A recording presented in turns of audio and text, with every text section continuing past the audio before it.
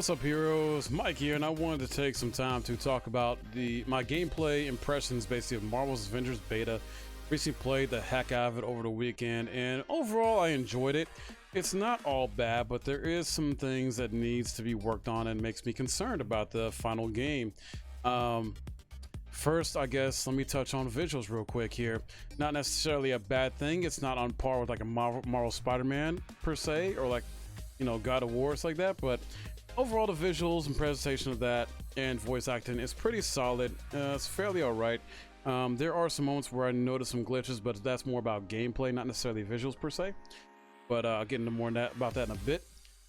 But the art style is definitely like a mixed bag a little bit, because I mean I see they're trying to go for like the movie style of characters in terms of the art style. Visually it still looks great and everything like that. Environments though could be a little bit better. They kind of look a little bland to an extent. I'm hoping that gets worked on. I hope that gets ironed out, or at least we get some better environments as post-launch content and stuff like that. But outside of that, it's all right. You know, dialogues are okay. The opening mission, you know, fairly good and like that. Overall, it's a nice little opener piece to kind of get you to play with each character. It's like that, and get used to each character a little bit. Although it feels, I guess, a bit off, moving away from visuals, but like just sort of pacing and structure of it.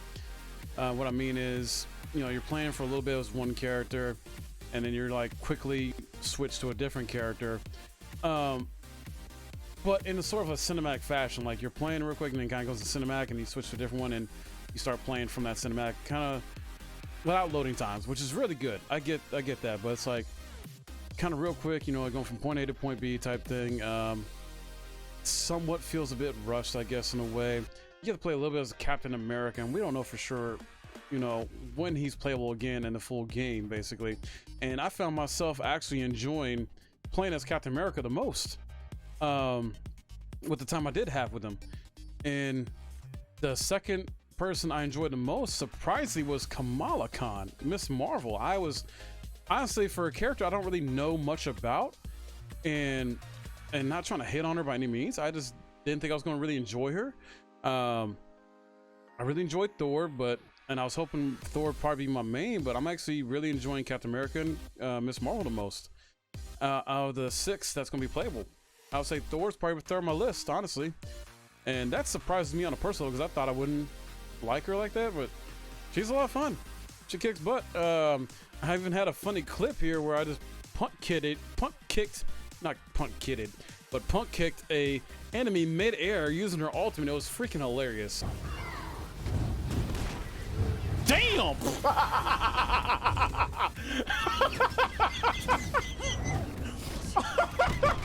Hold on! Oh. Did I really just do that to an enemy? Hold on, y'all see what the fuck I just did, right? Alright, see, it just gets all big and shit. Pops up and just fucking punts him like a damn football and shit, bro.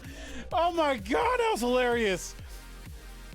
But yeah, like gameplay, you know, let me give more of on the negatives about that too a little bit. There are some glitches here I found. Wasn't always able to tell where my teammates were at sometimes, even when using the ping system, which is good they have a ping system in here. There were some glitchy moments where kind of was like in a wall, or enemies were stuck in a wall, or like my teammate was for some reason in the floor while going up the elevator. I'm hoping they fix that.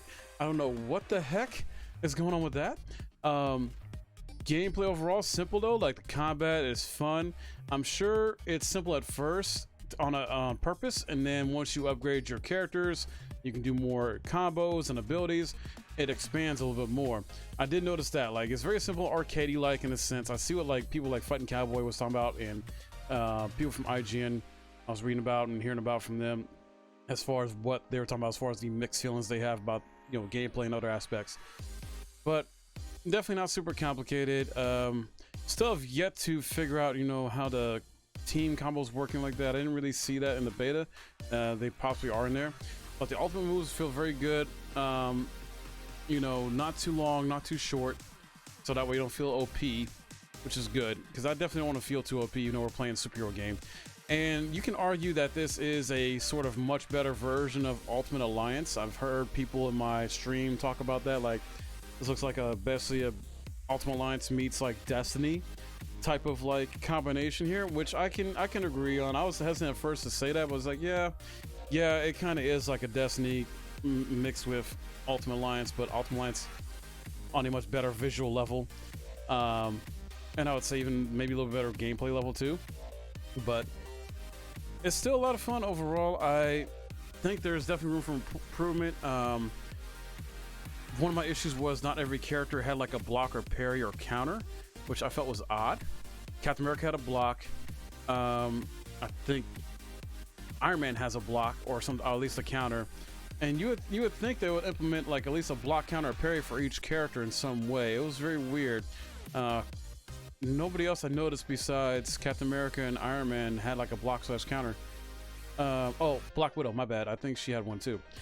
But yeah, this is very weird. So I hope they fix that and fixing other glitches and bugs that I noticed. So visuals, gameplay, fairly fun. The loading times though, when playing with teammates, when playing with some actual friends of mine, we ran through some drop zones and war zones. The loading times, 2 to 3 minutes overall. That's from like when you start, like that's when after you meet up. Let's say you meet up in the lobby, right? And someone chooses the mission. That's the start of when someone chooses the mission you're gonna do, whether it's a drop zone or war zone. And there's like a 30-second like wait time to vote or veto whatever the decision, and then you gotta wait another minute just for the mission to launch, and then you're waiting another 30 seconds or so as it's in the like scene where you're traveling to the destination. Like, to me, that's a long wait time. I mean, it's probably not as bad as other wait times for other games, but for a game on this scale and what they're trying to do, it's kind of bad in my opinion. I might be the only one or one of the few people in that boat that's griping about this, but honestly, you know, that's a big thing with, you know, how fast internet is and how these new games are supposed to be made for current gen and also next gen, stuff like that. And, you know, the expectation of what, you know, the functionality should be in this modern day and age, it should be a lot better than what it is. You know, I'm sure there's a lot of people that agree with me that when we're trying to play a game, we want to be in there quick. We want to be in there fast. We don't want to be hanging out waiting for a long time on a loading screen or just to start a mission as friends, stuff like that. But and there were some issues. Now I wasn't sure if it was connection issues with the server or just with my friends, but there were a couple times where one or two of us got disconnected, or we had to meet up in a lobby and everything like that. And as I mentioned before, one of our teammates was kind of glitching like in the wall and whatnot, so I think he had died and then he had respawned back, but it was weird like how it worked out. But yeah, just really weird with the load times. But when we were playing together, for the most part, it worked fine.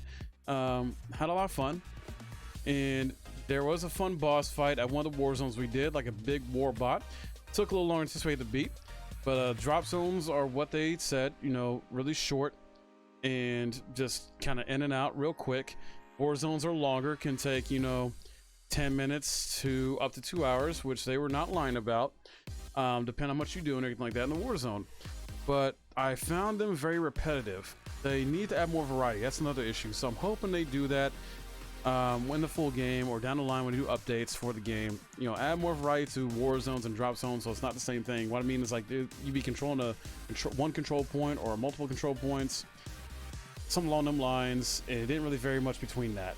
It was like those 1, 2, maybe a third thing, and it's like, even though drop zones are quicker than war zones, stuff like that's going to get tiresome after a while. So you need to change it up. I'm hoping they add raids to this, so similar like how Destiny raids are or Division 2, where you can just get, you know, a bunch of your friends as a 4-person squad, go on a raid to defeat either a series of enemies or a big boss or a couple bosses. Get some good loot.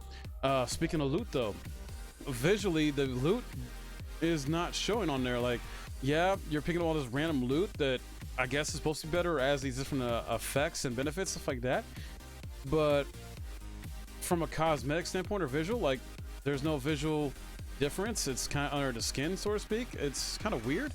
And in this day and age, you know, I think a lot of us agree we would like to see like gear or equipment on our character that changes their look or showcases that gear in a certain way, not just have to be like underneath them as like a sort of invisible gear piece. Basically, it's kind of weird how they do this. So I'm hoping that they fix this in the final game, if not by launch, at some point within a month to a few months, you know, do some updates to it. Obviously, if you pre-order it on PS4 or Xbox One, you'll get the free upgrade to the next gen. So I pre-ordered on PS4, so I'm hoping once I play it on PS5, faster loading times will be there, among other quality of life fixes too. So hopefully, we'll have to wait and see, but overall I think it's fairly good. I think it's gonna be a lot of fun with friends. You know, it seems like right now it might be like a good 7 out of 10 if I was to rate it, or if I was to guess what the ratings might be for it. But it definitely is promising, but needs work. It needs work, and I'm hoping they get it together. Come on, Square Enix, you can do it. But that's my thoughts, heroes. Let me know your thoughts on this if you played it or